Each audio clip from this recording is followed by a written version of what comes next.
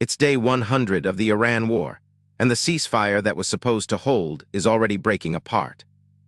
The conflict escalated sharply back in March, when U.S. and Israeli forces launched coordinated strikes on the Iranian capital, Tehran. Iran and its allied militias responded by firing missiles at Israel and neighboring Arab states. Some of those missiles apparently struck the U.S. Embassy compound in Kuwait, widening the conflict beyond Israel's borders. By April, a fragile ceasefire had taken hold, pausing direct strikes between the two sides.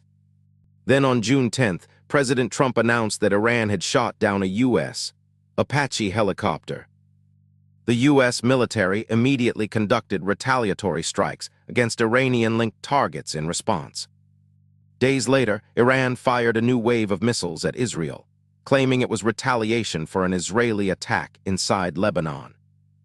Israel's military confirmed the incoming launches, and within hours, Israeli forces fired back. It was the first direct exchange of fire between Israel and Iran since the April ceasefire, marking a major escalation in an already volatile region. This exchange on day 100 of the war endangered not just the shaky truce, but also ongoing behind-the-scenes talks aimed at a broader deal. After a full day of tension, both sides began pulling back from further strikes. Israel and Iran both stated they would stop attacking each other, at least for now. President Trump wrote on social media that Israel and Hezbollah had agreed not to attack each other. Prime Minister Netanyahu's office did not immediately confirm that agreement, leaving the exact terms unclear.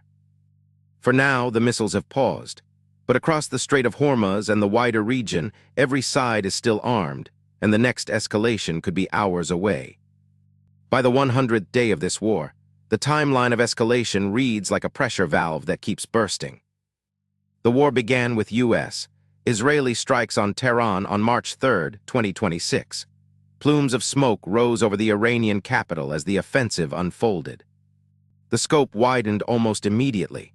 Iran and Iranian-backed militias fired missiles not just at Israel, but at Arab states as well. The U.S. Embassy compound in Kuwait was apparently hit during that initial wave of fire. That was March 2nd. The conflict was no longer confined to two belligerents. It had pulled in American installations across the Gulf. Fast forward to June. The 100th day of the war arrived with both sides trading missile fire once again. Iran fired missiles at Israel in retaliation for an Israeli attack inside Lebanon. The Lebanese front had reopened. Hours after the Iranian launches, the Israeli military confirmed it was firing back. The cycle was repeating. This was the first direct exchange since the April ceasefire. The truce that had held for weeks was now actively imperiled.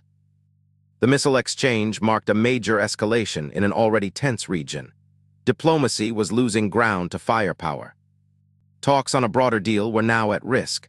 The framework that negotiators had been building was shaking.